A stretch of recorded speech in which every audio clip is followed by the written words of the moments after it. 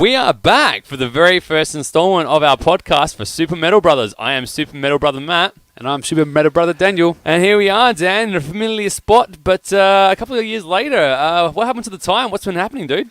Well, not much really. I mean, a lot of people would know us from our, somewhat glorious reigns on the Andrew H show. I'm sorry, that's too obvious. The A Hogue show, where we were, I think, labelled as competent, inauspicious, and mediocre. So yeah, it's basically like a compliment that was okay for the very 17th time, I'd have to say, eh?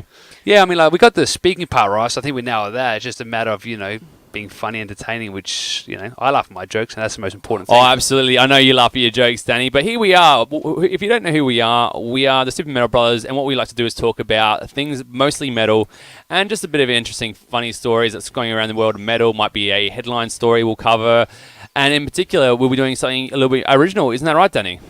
Yeah, no, the original part would be, we'll also try to give you some sort of educational feel and both stroke your knowledge and also get you pissed off at the same time. And the best thing about doing these interesting segments is that you can't even argue against us because we can't hear you. So you're just going to sit there and listen to my ideas and Matt's ideas and just, agree with us because what are you going to do? Yeah, so that's what we're going to do. So just to break through, we're going to start off with the headlines today, and later on in the segment, we've actually got an album review. So we're going to review the very new Fleshgod album called The King. So please stick around for that. We'll give you our thoughts and feelings on that. But first off, Danny, we need to start on a high note. Rise of the One. Oh, shit, man. I couldn't... Look, I'm not even mad that Symphony X aren't coming to Adelaide. I mean, most of the times when a band says we're doing Australia tour, you just know they're not coming to Adelaide. But when Symphony X says we're coming to Australia, that's all I had to hear. And I was laughing hysterics, man. Pretty much. So if you don't know, Symphony X are I guess you could call them progressive metal. They're basically one of the leading metal acts in changing 7 minutes or whatever, variation on really nice songs and different variations in songwriting, but they are the cream of the crop right now. Hey, would you say, Danny? Oh, for me, definitely. I mean, singing wise, Russell Allen is pretty much a new age Dio. I can't fault him. I mean, sometimes the lyrics can be a bit cheesy, but power wise, ability, variation in singing, tone. Power. Did I say power? I don't want to sound like I run for like electricity company, but just power. Good looking power. Oh, sorry. Yeah, so we're pretty pumped to that. They're doing 2 shows. They're doing one in Melbourne, one in Sydney. So if you get a chance to, make sure you check them out. We will be covering them in the next coming weeks. I'm sure we'll do either a retrospective or maybe just give a couple of album reviews on them or just give you our thoughts and feelings. So please feel free to comment on our wall and let us know what you think. Speaking about Symphony X and Dio, Danny, you must be pretty devastated. 6 years now from Dio. He's passing from stomach cancer. He's obviously left a massive... impact. Impact definitely, especially with Symphony X as well. I mean, you can hear Dio all the way through Russell Allen. What about some other things that Dio's probably touched on? What do you think his influence has gone ahead and done? Oh, I mean, Dio for stars pretty much helped create part of that progressive rock and even power metal scene. And his vocal style, I mean, you can't match it, but yeah, I see people emulate it, put a bit of that power and the softness and the grunge and the growl. We'll go with the word growl. Definitely a grunt. Not a growl, but you can tell he's got a lot of that power and that energy. And the horns, you cannot forget. The horns? Don't listen to what we have to say about Kiss. Gene Simmons never did the horns. He says something about Orange Juice. I think Dio mentioned something about that on a metal documentary. Yeah, that was good. Yeah, that was amazing. So, look, that's what Dio, he's just fantastic, and we just thought we'd pay homage to him. So let's talk about the news. All right. Yeah, first off, we got our very first segment. So feel free, viewers, to listen in intently, and we'll start off with Barack Obama. Now, I'm going to give you a quote that's just come up and made a viral news from Barack Obama. There was a kind of a talk in between just a bunch of politicians that were there. It was a press conference, and Barack Obama mentions, I do want to point out that Finland has perhaps the most heavy metal band in the world per capita and ranks high in the good governance. I don't know if any correlation is there. Danny, there is a correlation, isn't there? Oh, there has to be a correlation. I mean, for starters, metalheads are generally more informed, more passionate regarding... Better looking. Well, not these guys, but generally better looking. Hey, our photo, when we put that picture of George Clooney and Brad Pitt on our Facebook page, we will be good looking. But you really have to give a high five to Finland and also Thailand as well. I mean, that's what it's all about. I think the Thailand president, he's a massive metal fan as well. Yeah, that's pretty much. I mean, yeah, I don't want to get into the politics of Thailand, but the fact that like metal is always a bonus. Oh, it almost overrides anything, really. Yeah, I think there's actually a bit of a hidden intent with Barack Obama, because now he's done his 2 terms in American office, he can't do a third. So I think he's starting to like campaign around the world to see if he can become leader of another country. So that's right. Hey, who are some bands that you would think, Danny, that might interest younger listeners, or basically younger viewers, or people getting into politics? So let's say we went to the Liberal Party and had to give them some metal bands to help improve their image. Oh, jeez. And obviously their policies as well, because as we've seen, there's a correlation. What metal bands would you say that they need to get into?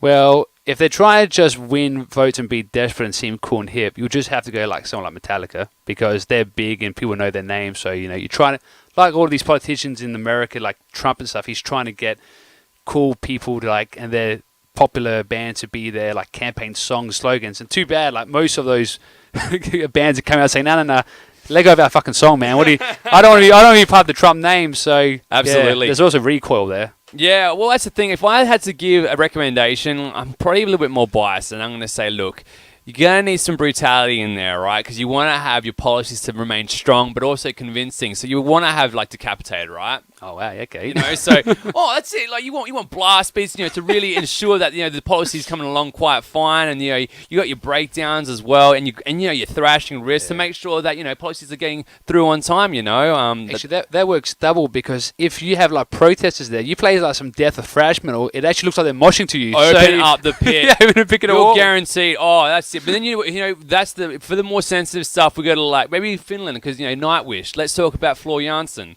Something a little bit more majestic and pretty. So all of a sudden you've got someone who is quite confident on the mic, but also their music transitions into a peaceful community, but also a thoughtful community. What do you reckon about that? I think that's true. I think, you'll get nice, warm feelings. And you feel comfortable when there's a nice face, a nice tone to the voice, and clear, confident opinion or on a manifesto. You will get people warming to that, so that's true. Oh, manifesto. Aborted. Do you reckon Aborted would be a band that we could show maybe...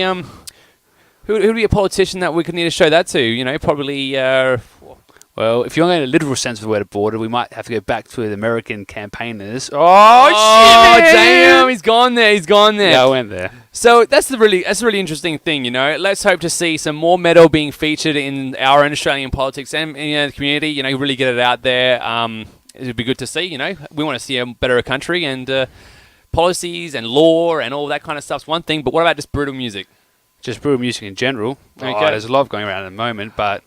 All right, let's go to our second point of the story today now. We've actually got an interesting one with Ozzy Osbourne. Now, very strong rumours of him retiring.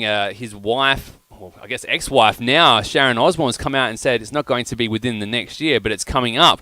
Well, I guess with all the hairdressers that he's been chasing lately, Danny, and all that, it's been hard to do more gigs with Black Sabbath. What do you reckon?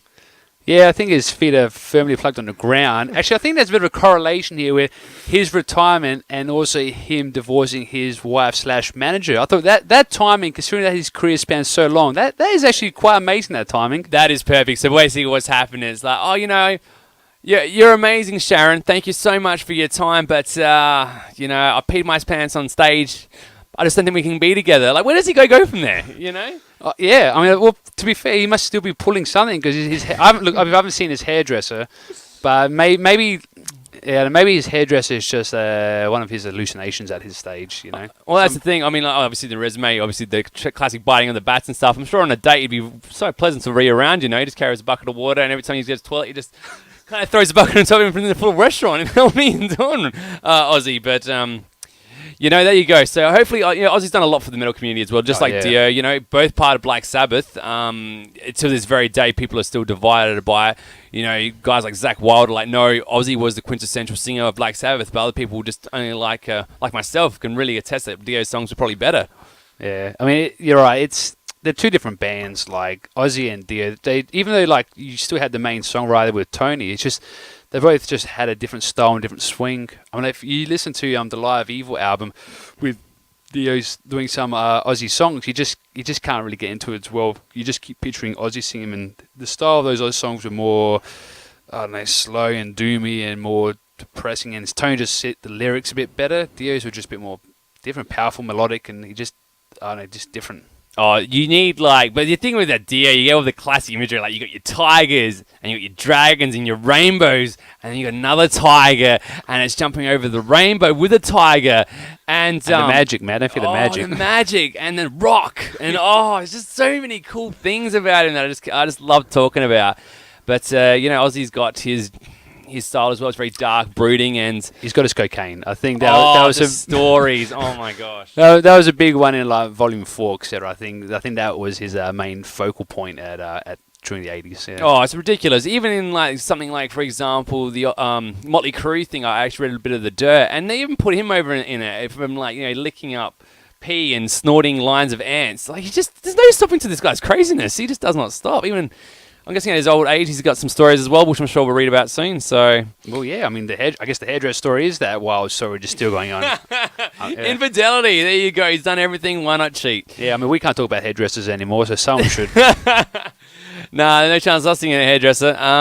Now, look, going on to our third story, we've actually got an interesting one because this went actually viral. This made international headlines for some in particular reason, and funny enough, Super Metal Brother Danny was actually at this gig. Danny, Bruce Dickinson calling out a guy in Adelaide for being a jerk. Can you please run us through the story? Yeah, that was pretty interesting. I was sitting there rocking out to Maiden as you do, and they're playing Fear of the Dark, and that's always a great song, especially when it does that whole bouncing and do do do do do do do. Yeah, you feel like jumping up down, getting excited. You think it's a pretty good song. I don't really think too many people think they're going to a Maiden concert to start trouble. The music does really lend itself to getting really aggressive. So near the end of the song, I'm pretty sure most have seen the clip because it's a pretty interesting thing when the lead singer calls a fan out. But to see you stop the song near the end and then just talk to the fan, which look to be fair, he's done before. We went to the Melbourne gig 5, 6, 7 years ago. Yeah, that's right. Back when I had hair. Oh, sorry, go on. Yeah, and I remember him telling the fans to stop rushing the stage, and they said, we'll walk off the stage if you guys keep rushing forward, etc. So he always looks and communicates with the crowd, which is fantastic to see. And this thing here just happened to catch his eye. I guess when you're on the stage and the guys are 3, 4 people from the crash barrel, so you're still within the lights. Just see this guy being, I guess, a bit of a tool and just pushing people around, getting really angry, just wanting the attention. And he got the attention, to the point that Bruce picked him out of the crowd and said, "Oh, mate, just calm down." And the guy apparently didn't like that much of attention and fucking flipped off Bruce. And Bruce goes, "Fucking, after you know the rest, you pretty much say, I'll take you backstage and we'll see what happens there." So yeah, that's really interesting because the biggest part of that was him calling him out, asking him to come backstage and finishing off. Now, I don't know if he's into that kind of stuff. Obviously, he's the British charm about him, so obviously there's a bit of that swagger and definitely a bit of that gusto. If we've watched Mean Street Hooligans enough, they'll teach us that English people love to fight. But more importantly, do you reckon he actually would have done it? You reckon he actually would have let this? There's no security, let him go through. No, it's fine. What, knives? No, it's fine. I'm just going to sort him out. No, knives is fine because he's a fencer. So I reckon that's why he won. He's draw your weapons. That will fence to the death. Oh, that's right. Because I was just trying to think, what's his angle? Because you got people who are boxers, UFC's really in. But you reckon fencing's going to use him as a pin cushion and kind of put a couple... Oh, yeah, but... That doesn't even work because it's got the thing on the fence, so it's going to hit him. And it's dented. Oh, that's stretch. But you got to be proper with fencing. If he goes up to him and gets a glove out and slaps in the face and does a duel, then fencing can commence. And I think that's legal. I actually think once you hit someone in the face with a glove, legally you can fight him in a sword fight. And if that guy dies, well, technically you already... it's all legit. Yeah, that's a good, interesting point, actually. So there you go. If you guys have any thoughts and feelings about how Bruce Dickinson would have dealt with this guy to make sure it makes him an example, what do? Put it on YouTube afterwards? I told him I'd deal with him, and look what I did. Go on. Hats off to Bruce though for looking after the crowd, though. Most and foremost, it's you got to make sure your fans are happy. And calling out one guy, you don't need him as a fan if he's going to cause trouble. And that was really, really, really cool. So, and to be fair as well, within the next 20, 30 seconds, I saw 4 or 5 security guys just let's say escorting the guy out past the fans, and some of the fans let him have it as they walked past. Man, I'm pretty sure he got sprayed a bit there. Yeah, the guy, you can't fight the charm and the stage presence of a guy who's been doing this. I made one of the most iconic metal bands, probably almost of all time, and so to want to take him on because this guy flipped him off. The guy in the crowd actually. went out. Didn't he go out at Bruce with like a rude finger? You've paid to see this bloke. I understand where you think what you're trying to do here is, oh man, I fucking love you, but I really want to punch you, man. Is this like some sort of like father-son relationship where the more you love someone, the more you have to hate them? I understand. Yeah, it's like, you're the best band in the world. I love your stuff. Bought every one of your albums. And there's the bird, mate. Yes, I want to go backstage and fight you because I want to get into a fight with my idol. Okay. I love with my fist, Bruce. I love with my fist. So I thought that would be really interesting for you guys to check out. So make sure you check it out. The video's everywhere at the moment. Feel free to go into anything. It's maybe made tabloids in the actual mainstream media, let alone your underground metal podcast like ourselves. Good plug, man. That's a commercial break. We got paid by no one. Finishing the news for today. But what's actually more important is that there's actually been a bit of controversy that's hit the headlines this year. A bit of plagiarism. Now, this is really unlike what we normally would do in our previous shows. But here we go.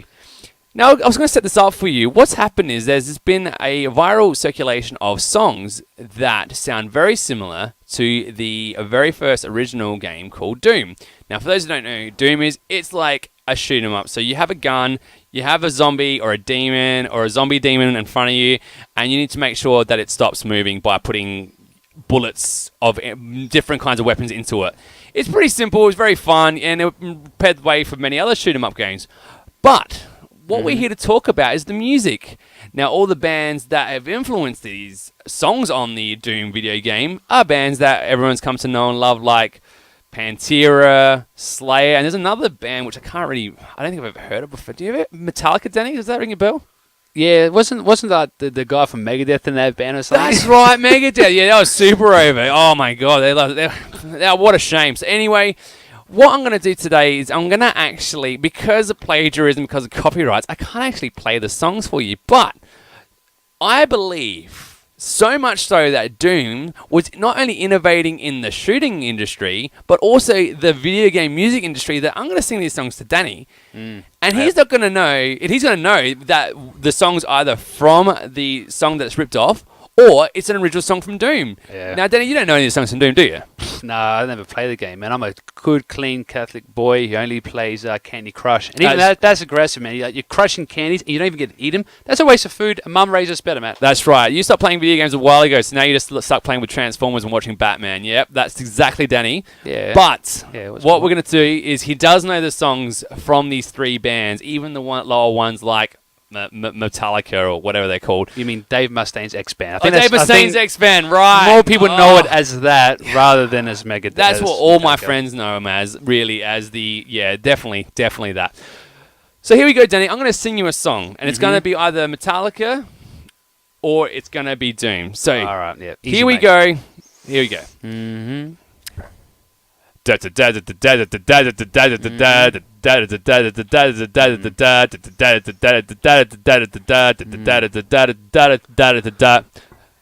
well, I'm hearing a lot of da-da-das, and, I think if that was really Metallica song, it would probably been like doo-doo-doos, so I have to think that's a Doom song.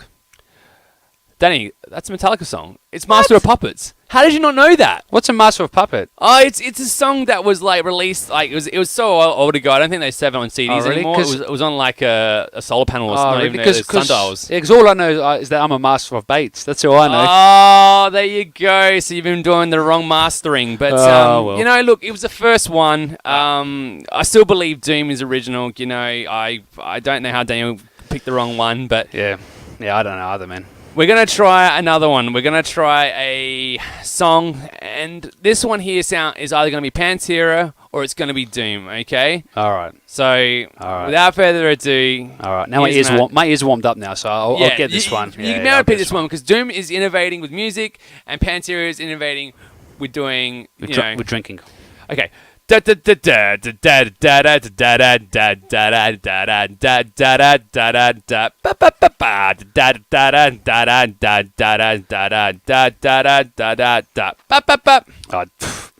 reckon me and the listeners, or me, you and Mum, would tend to agree that was definitely, well, Mum doesn't know, but definitely Pantera.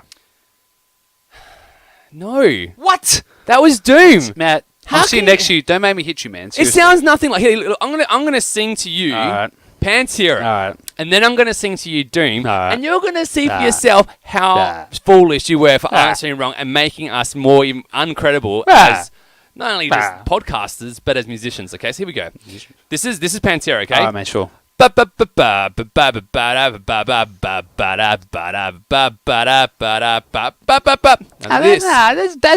No, Nah, Doom. hey, all right. Okay? Now,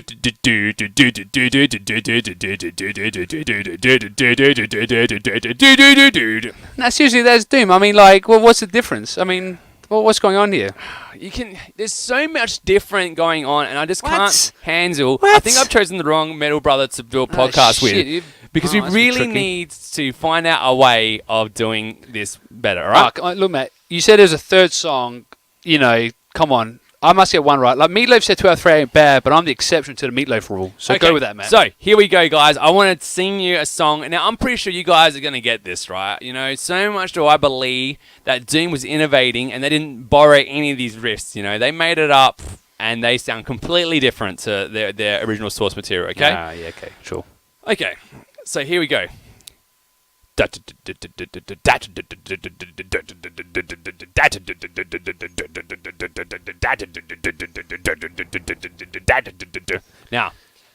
you have to admit, it's definitely either Doom or it's definitely Slayer.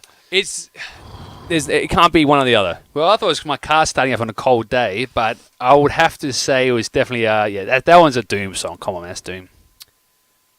Right. Oh, that's it. What? I think we have a problem because out of the 3, fuck off. that was not a Doom song. Oh, seriously. That was a Slayer song. Oh, come on now. And now we are in trouble because here's me saying that it could be easily distinguished, and I thought I'll leave the easiest one for last. You know, it has the simplest melody in that, and it was literally a drum. All I was singing the drum track to it, and I think we're in trouble. Well, I guess it's been great. I've enjoyed myself here, Matt. I'll leave you to it now because I don't know what the fuck's going on. So, well, thanks, guys. What's even worse is that Doom now has a lawsuit on their hands. Oh, see you, Danny. He's actually leaving. All right, see you. Now Doom has to explain to all their millions and millions of players. Well, they must get reparations to these guys. You know, they must basically gave them the music for the game. You know, this is wow. Sorry, Doom. We tried. We tried to defend your honor, but we failed. Actually, I'm back because my car wouldn't start. That's why I did the Slayer riff again. But I reckon this is actually perfect marketing, and I reckon I know who's responsible for this. This is a quintessential, yes, another word which is described our podcast, quintessential Lars Ulrich move. Oh, that's a glass crashing, man. Oh, there you go. We have just imploded our own debate, but there you go, guys. So I really want to put it out there to Doom. Again, sorry we ruined your beautiful thing. You just got a new game that's come out. You're going to probably take all your earnings from that, put it into a pile, set a light to it before, you know, the guys from Metallica, whatever they're called, and Slayer come for their money because, you know, you guys are screwed. Just saying, you know, this was scientific. This is taking the whole new level. I can't do anything more for you guys. Nah, I mean that the way you like sang that or like scattered it, that is a masterclass. I think like Mike Stern or Chick Corea are going to get you on a new album because you're scatting. Mate, you know what? If our listeners know that, you can buy yourself a Coke because there you go. We're going into the jazz cage. But here we go, guys. So, thank you for that little segment, Matt. We're going to talk about now is our album review. So, ooh, interesting. We're going to take it off. Here we go. We're going to talk about the new album from Fleshgod Apocolipse, and it's called King. Now, I'm holding this up to the camera, but I don't think you can see that. So, I can see that. That's enough. Oh, then we can see it. There you go. So, what we're going to do is just upload an image on, your own Google. Just go search the image, and just so you know what I'm talking about, you can look at the front cover. Quite majestic. There's a guy there. It looks like a sword, some strings attached to him. He even looks like a king. Yeah, it's funny that. Maybe that's where they got the idea for the album. No, it's like you mash the two together. Oh, it's okay. Yeah. So here we go, guys. Now, I know a lot of people want to ask us, Super Metal Mother Matt, Super Metal Brother Dan, me, what do you guys do to review CDs? Well, fear not, fictitious listener. You probably want to hear this from us first. We actually do album reviews the way we buy metal albums, and that is through a 5-tier system. Danny, what you think would be in our 5-tier system?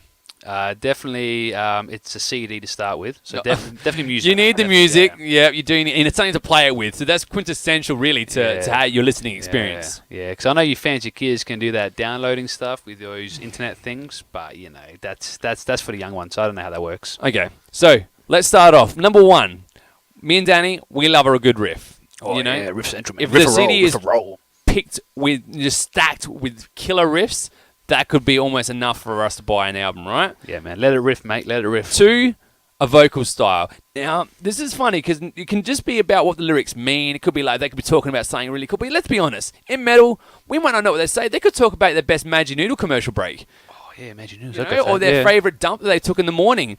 Because of the Maggi Noodles, yeah. But what's more important is how they talk about that dump. You really want to convey to the listener how angry they were that it wouldn't come out, or that it did come out too soon. Yeah, and how many sheets they had to fucking waste. Sometimes it snaps off, and you have to use more toilet paper, man. It gets really angry, man. Toilet paper. Don't get me started about toilet paper metal, mate. That metal is brutal, okay? Thirdly, diversity. Danny, I want you to explain what diversity is to the listeners.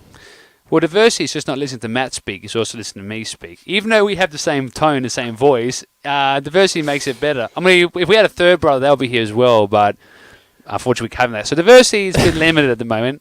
Kind of trailing off here, but yeah, diversity is a wide range of things. It can just be like the changes in song structure, the change of song and tone in the song. So you don't want the same album to be the same song over and over and over and over and over. That's 6 tracks. Normally they come in 10, so over and over. I've already stopped listening. See? So Daniel would make a really bad CD, all right? So I don't know, if we man. put Superman with Brother Dan onto a CD, I don't think I'd listen to it. Yeah, you'll get disturbed. That's like 4 albums the same. there Burn again. You go. You can't say shit, man. Burn it. Yeah, all right. I was just singing Pantera for some reason.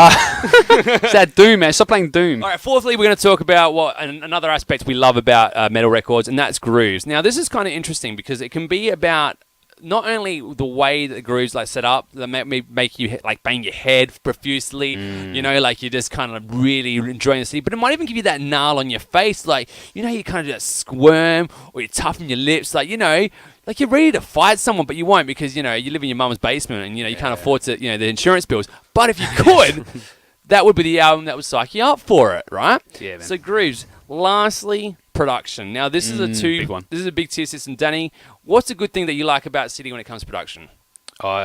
Definitely how clear it is, how well you can hear it. Absolutely. I mean, there's been bands where one album's been fantastic, and the next album's can you do the first album again? Because this album, I can't hear shit. And that just kills it. I mean, no matter how well you play or how good you think you might sound, you just don't sound that good. Yeah. So that's exactly right. Production, it literally is the sum of its parts put together, and what are you left with the listener? There's plenty of layers, or if it's brutality, or whatever it might be, if you can hear it. And that, now, not to say that having a great production is good. Obviously, the debate is right now, for some people anyways, that albums can be too produced, and it sounds too clean. And it's almost like playing it through a MIDI file or something. Yeah, but what's more important is that you're giving the listener a good overall product when you start to finish. Yeah. You can hear it clearly, and just enjoy the overall quality of the CD. And feel, man. Yeah, the playing could be as phenomenal, and that might be part of the production. No, Phil's here. Phil. Hey, Phil, how you going? Phil, what's up, man? Phil, yeah. So, without further ado, we're going to talk about one by each one, and then we're going to give you an overall thing about what we love or hate about the album from Fleshgod Apocolipse called King. So, without further ado, Danny, number 1, the riffs. I mean, this album should be called not The King, but The King of Riffs, man. Oh, beautiful. Honestly, you put the CD in, you press play like you would normally do, and you just don't stop riffing. It's just a magnitude, cataclysm, if that's a real word, of riffs. It is. The guitar work on this album is just right on point. It's just above everything to the point that you can hear everything going on and everything that's there to support the killer riff almost. That's what I get from being a guitarist. Probably a bit of wank for myself. I just can't help it. But the wanking part, yeah. I don't need the King for that, but I will continue with it. Just tracks for example, track 2 in A Eternum. Now I know I butchered that out, but it's just something like that. You start off with just grooves and riffs straight up, and then they're just hitting you at a mile a minute. And then it doesn't stop all the way to the very end, really. Some of my favorites off the album that are definitely... Oh, wow, there's almost too many to pick, but The Fall's pretty cool. Gravity's got a really slow groove to it. And Gravity puts real weight to the CD. That's a really bad science joke. Daniel, you're kids, so you can start talking to me about how bad your dad jokes are, I live near primary school, it's close enough. But more importantly, I really had to say this, is that A Million Deaths. Now, as far as tracks go, as far as riffs go, this is the track that I'm talking about. Danny, have you heard this song? Yes, you pretty much played it over the phone, which is quite embarrassing when you're on a bus and you hear that playing. But it was fantastic. They deserved it. Look, here's the thing. I told my mate actually asked me about because I posted this song on Facebook and like, Matt, I don't get it. Why is this song so good? I'm like, guys, now I'm actually going to give you a hint to all the major companies who are listening to it right now. Want an idea. Because I know caffeine, works. Coffee's great. Bevel's got these like kettles that brew up water, and then you put that in the water into your coffee, and then you're awake for 3 more hours, so you can contemplate being back in bed. Yeah, it's good. But what I want to talk about is this song, right? Now, what I'm proposing that Bevel's or all these manufacturers kettles do is get rid of kettles, right? And instead, what you do is you sell a box.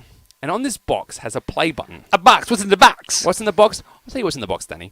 There's a box that has a play button. And all this box does is play the first 45 seconds of this song. And believe me, this will fire you up way more than 7 energy cans through the nostril. I'm telling you, this will put hair on your nuts where the hair on your nuts used to be. And if you don't have balls, then you might have a vagina. And then your clit will razor over with steel, and you'll be cutting diamonds with your vagina. That's how good this CD is, Danny. Well, that's almost like violent. I don't even know how to react to that. So, there you go, friends. That's what this is. So, obviously, we're raking this album very high riffs. Just talk to me about anything off this album as far as riffs go. Especially, there's one particular riff that happens in track 8, I think it is. I think that's the one, and it has this pretty much track 6. It's like a fast song called Mitra, I think it is called.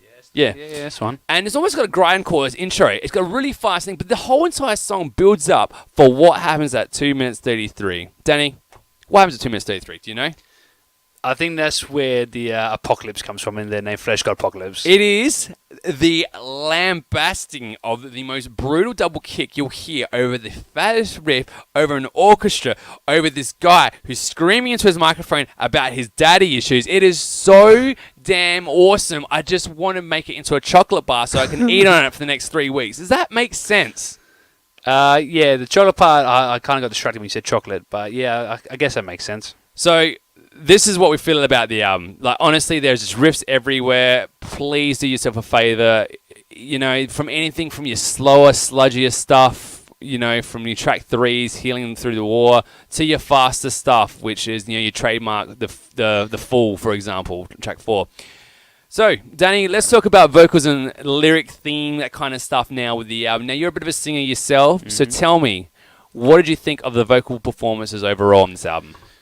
Well, the great thing about this album, not to go too early about diversity, it's just it does have great diversity in its vocal abilities. I mean, for starters, you already have the dichotomy of a female and male vocalist sharing the album.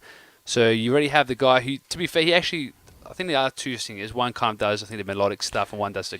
Yeah, you got 2 guys, and then then there's Miguel that kind of comes in and out in certain tracks. That's right. Yeah. So for starters, I mean, the type of singing blends so well with the albums. I mean, because they have the orchestra playing and they have the heavy riffs and the slow riffs, they're able to use all elements in singing, where they'll have a melodic guy, a soft toned lady singing, or she also has great power, and the guy also then like nails the riff tone with his like just powerful and growl. And I mean, there are people who have a nicer tone with their like growl or however you describe it, but it's just the ability for them to use all 3 different types of singing. It's just fantastic. Yeah, now we'll talk about it, because obviously when we talk about vocals, with metal, you have different variations. You might have growling, screaming, but you might even have singing. You have a bigger plethora to play with, really, as far as techniques go, So with this in particular, obviously very much the staple mark is the growl. That features pretty much along almost every track. And what I love about this growl is that it cuts right through it. It does exactly what it's supposed to do. It's very meaty, very beefy. But it's rhythmically where he puts everything, which helps those grooves kind of come to life as well. Nothing's generic. Everything has this very deliberate feel about his growl, which I think really accents those grooves. Oh, yeah. I mean, for starters, they got like orchestra feels in here. And whenever you hear orchestra, you hear like just noise and sound and the bigness of an orchestra. You just can't have that playing and then just not use it. And so to actually be able to have him blast his vocals, and even like the singing in track 7 where that's beautifully sung. To have that to release, thank you, to have that as a tool and just to emphasize the use of the orchestra and not for that to be just wasted. It's just a very well put together bit of music. Now, I'm not too sure if you caught it, but obviously there are the others. There's another singer on the album, and this guy is very interesting because he has a very unique range. It's very top end. It's kind of like operatic, but he kind of stretches above 17 octaves above high C. Danny, have you heard this guy? Yeah. Well, actually, to be fair, my dog heard him, and I asked my dog. My dog's like, yeah, man, my ears are fucking bleeding. You like turn that shit lower. But he does hit the note. Your dog had to learn English just so he could translate to you how much that octave hurt his ears. I love it. Oh, actually, maybe we should talk about my dog. Yeah, we'll talk about it. We'll talk about the album first. My dog next week. Thankfully, that if you don't like that style, it isn't featured predominantly through this album. It's very much one track that he really stretches his wings for. But even when he comes and features in other tracks, like track 2, for example, he does it in a way that he hasn't actually used his voice before, a little bit lower and that really helps to, save you from fatigue if you don't like death metal vocals the whole entire time. There are a lot of things to break it up, even to break up the grooves, which really add to the feeling of this orchestral, just wash of amazing, instrumentation and just an onslaught of music and brutality. That's true. Yes, nice. So there you go. We've got a tick from riffs, we've got a tick from vocals and style. Now, diversity, we've covered this a few times, but Danny, why do you love this album so much? Can I use the title of diversity in my discussion? No, you need to use another word, because I've used that word. Okay, the ability for them to use different elements. I'm pretty sure there's a smaller word for that, but we'll go with that. I mean, we've discussed, for starters, every song has its unique flavour and style to it, which is always an important thing. However, they do tie it together quite well, like going from the start where Marquis Royale, how that bleeds into in the atrium, which my Latin is shit. I failed it at school, but anyway, but the way they be able to use all the different styles and I mean the orchestra gives them that diversity in itself, plus the nice singing, plus they have the ending on the King, it's just a piano solo, so they just have all those elements because they're just all quality musicians. Yeah, what's really interesting, like they're obviously very proud of the orchestral work because it does feature predominantly through every song that they've actually released in the second CD. Yeah, exactly. The second track is just like the singer takes 5, which is quite interesting because then it kind of branches out to other people who really are into classical music that want to get a taste of what happens when you kind of combine it with such a brutal onslaught of riffs and just breakdowns, speed picking, all that groovy stuff. So, to further what you were saying, Danny, again, the diversity on this album, because you have piano interludes, you have their very fast trademark chaotic sound, but on this album as well you have such a balance of groovy riffs that you can break down, a balance of different singing styles that you can enjoy, a balance of different orchestrations and a balance of different instruments, so really every track can be its own enjoyment, definitely. And that's what really comes, and from an extreme metal band, I mean, don't get me wrong, this is very much a brutal album, but at least it gives the listener something a little bit more to listen to than just an onslaught of noise than you might get from a technical death metal album, for example. Yeah, that's true. I think we should go to the next point. Okay, so we talked about diversity, vocals and riffs. They're all getting a tick, but what about grooves? This is a death metal album, and again, grooves doesn't necessarily mean like you're a Meshuggah band, that you're just doing these really, or different kind of variations on simple rhythmic ideas, or, in Meshuggah's case, it can be very, obscure. But eventually, it is about the groove for bands like Meshuggah and groove metal bands like Textures, for example. But what about this album, Dan? For a death metal album, does this groove for you? Does it get your head knocking? Does it get that gnarl on your face? Yeah, definitely the head knocking part. I don't really get that facial expressions. I'm not really that angry man. But yeah, yeah, that's right. But the tracks do have that nice groove, that have a nice flow to them. You hear them, you just want to turn up your volume way up to 11 because you can't go to 12 because that's a keyboard solo on this album, so you can't do it. That's really clever. Anyway, yeah, but no, groove. Yeah, I think it definitely has groove. I mean, you wouldn't say that's the strongest point of this album. I mean, you just have riffs with this album, so I don't think I would really say this is ultra groovy, but it does make you want to fucking smash things. Yeah. Well, I would say the groove. There are elements in there that are groovy as all nothing else. Songs like "Healing Through the War" are very groovy, and songs like you could even say Gravity is a very headbanging one, especially what it does to do is to set up Million Deaths. Really, that song, it just does a great idea of just getting you really in the mood and just kind of pulling up the momentum. So I would say there are groovy songs, but enough. What it really does is get you really going. It gets you pumped. Like, you cannot listen to this album any lower than 40,000 decibels. Really, it needs to be cranked, and that's how you feel the full effects of almost every track, aside from your acoustic numbers, I guess. Yeah, no, that's true. So by all means, I'm going to give this a big tick on the groove section. This really gets me going, gets the heart racing, gets the hair going, gets the blood pumping. So let's be honest, for a death metal album, you really need to have production in the sense that you need to hear what's going on. Danny, do you? Yeah, you hear everything. Again, going back to the fact that they have the nice orchestra fills in there and all the different elements in their songs, you can just hear every element of the band or the orchestra or the singer. It is just a constructed bit of music or art. It's honestly, just amazing. Honestly, whoever decided to, I don't know how this person did it. They must have been on suicide watch for at least 7 months that it took to balance all these levels. I mean, you're talking, you got different instrumentation, different scenes, rah, rah, rah. And the worst thing I was worried about when I listened to this, I was actually watching a interview with one of the guys from the band, and he was saying how, like, every member was integral for writing for this album, but also writing for different instruments for the album. So the drummer might write guitar lines, or the guitar lines might do the vocal lines, or the keyboarder might do the drum lines or whatever. So that was something that I was really worried about, is like, too many cooks can spoil the broth. Yeah, did those parts of the songs actually make the album? Like, you could write the guitar things, Mr. Drummer. Yeah, there were a couple of times where I'm like, you could tell the drummer would have written that line, or the singer was definitely thinking about doing that. But it's very rare off the album that, even for me, and I might even be wrong, maybe the guitarist should have let the drummer, write that line. But on all, I really got to be honest, with everything that's together, the way that the album sounds is so perfect. It really gives you a good idea of what Brutality with an orchestral should sound. So, big props. So really, Danny, the production is great. Yeah, it's just like, this is a 5 out of 5 ticks album. Yeah, well, we'll go with the ticks. Yeah, 5 ticks. Yeah. So this is the thing. This album was pretty much one of the reasons why we needed to do this podcast, because we want to get these albums out there. I mean, Fleshgod are a big band, don't get me wrong. They are starting to get known, but they really need to be bigger. They are one of the guys, they're one of the bands that really are kind of stepping forward, delivering something fresh and new, but also making a sound that is actually engaging to a listener and someone that can really enjoy it, and hopefully bring in different people from different crowds to check it out.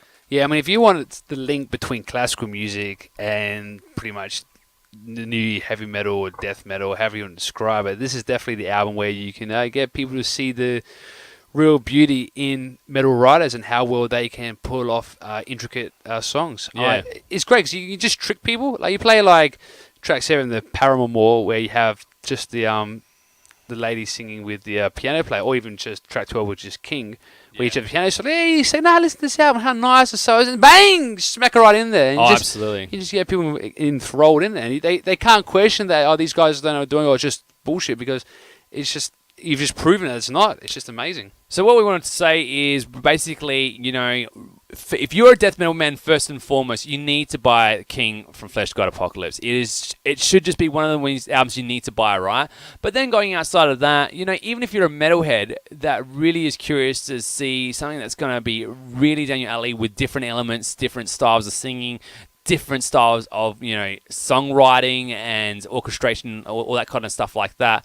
So guys who are into maybe black metal or symphonic metal or, goth metal, please do your favor and at least check this album out. This is probably Fleshgod Apocolipse's best album to date. Oh. And that's saying something, considering they've done, works like The Labyrinth as well, which is also an album which I very, very much enjoy. So please do yourself a favor. 5 gold stars. Go check it out. Yeah. So to put it in a way, this is probably the soundtrack to earthquakes. Like, if an earthquake committee got together and said, we need an album which best represents how we form and what we can do, they'll use this album within a heartbeat. But it's like an earthquake that then gives way to, like, this amazing amount of, like, gold and diamonds and all this, and, like, women or men if you're into it, or women and men, or anything, just all this bliss. Ice cream comes out of the ground with chocolate sprinkles. If you don't like chocolate, then I don't know why you listen to our podcast. Man, you just like, how many times you can talk about chocolate, man? Jeez. You should really have dessert after fucking dinner. I know. I did have chocolate. So that's what we wanted to say. So really, if you've listened to us this far and are sick of us, basically stroking the egos, or I'm sure massively large penises, because these guys are Italian, obviously. And we all know Italian men. Yeah. Have the junk. So there you go. Danny, any closing thoughts on the King? No, just really buy it. That's it. I can't. We've already said enough. I can't say diversity again. If I say diversity one more time, Oxford Dictionary going to cut me out. No, we're going to need another super male or sister, brother. So let's leave it at that. So with that, I guess we're at the end of our very first podcast, Danny. Wow, you survived. What do you think? How do you think we went? Yeah, no, I think we did good. I think every player did what was required by their coach. They really set out their goals. They made it clear to the start what we need to do and what we need to accomplish. And I think they achieved those goals. This isn't a Disney movie, Danny. This is real life. We have bills to pay. So hopefully our fans decide to keep us on the air, or else we have to go back to our previous job, which was... I can't even remember what it was. I think I quit it. I think I've given up everything for this. So I'm all riding on this. Fans, I need you right now to stand up and speak to Super Metal Brothers and get us back on the air and get us firing. So please feel free to get this podcast. We're going to probably put it on SoundCloud and all that kind of cool stuff. I guess with that, we'll talk about next week. Danny, what are we going to cover on next week's show? Next week. So just remember this. We are going to make these weekly podcasts. I don't know how we're going to do it, but we will make sure we commit to at least one time a week. The great thing is that we might not post on the same day, so don't get too fucking narky, man. Seriously. I don't see you guys doing a podcast, man. No, they are doing a podcast. That's why we got the idea. We stole this idea from everyone else. All right, don't say we stole ideas. Say we're inspired by most musicians. Right. I'm inspired by Nevermore to write songs, or I'm inspired by the Commonwealth Bank not to try to shoot myself in the head. All I do was inspired by these 80 thrash bands and groove bands. So inspired. So next week we're going to actually cover another City Review album. We're actually going to cover the aborted album, Fleshgod. Now, Danny's had a massive bit of aborted fan himself. I'm getting really into it. So we're going to check that album out next week, as well as the news headlines that have really come to fruition. But if you guys got any ideas that you want to throw at us, that you really want us to cover, by all means, we are more than happy to share you out. And give us a like on Facebook. Yeah, because this is our first show. We still are working on our format, if we can sound professional. So, look, if you have suggestions of the direction we can take, we're all for it. Most of them we'll just read them and in our own personal time tell you to go make your own podcast. But no, seriously, we'll consider everything you have to say. So thank you very much. I am Super Metal Brother Matt. And I'm Super Metal Brother Dan. And this has been the Super Metal Brothers podcast. Thank you for listening. We hope to see you next week. Actually, probably if you do see us next week, then you're in our room. So get the hell out of our house. That's right. And keep those necks loose, man. All right. Check you guys out next week. Catch you later.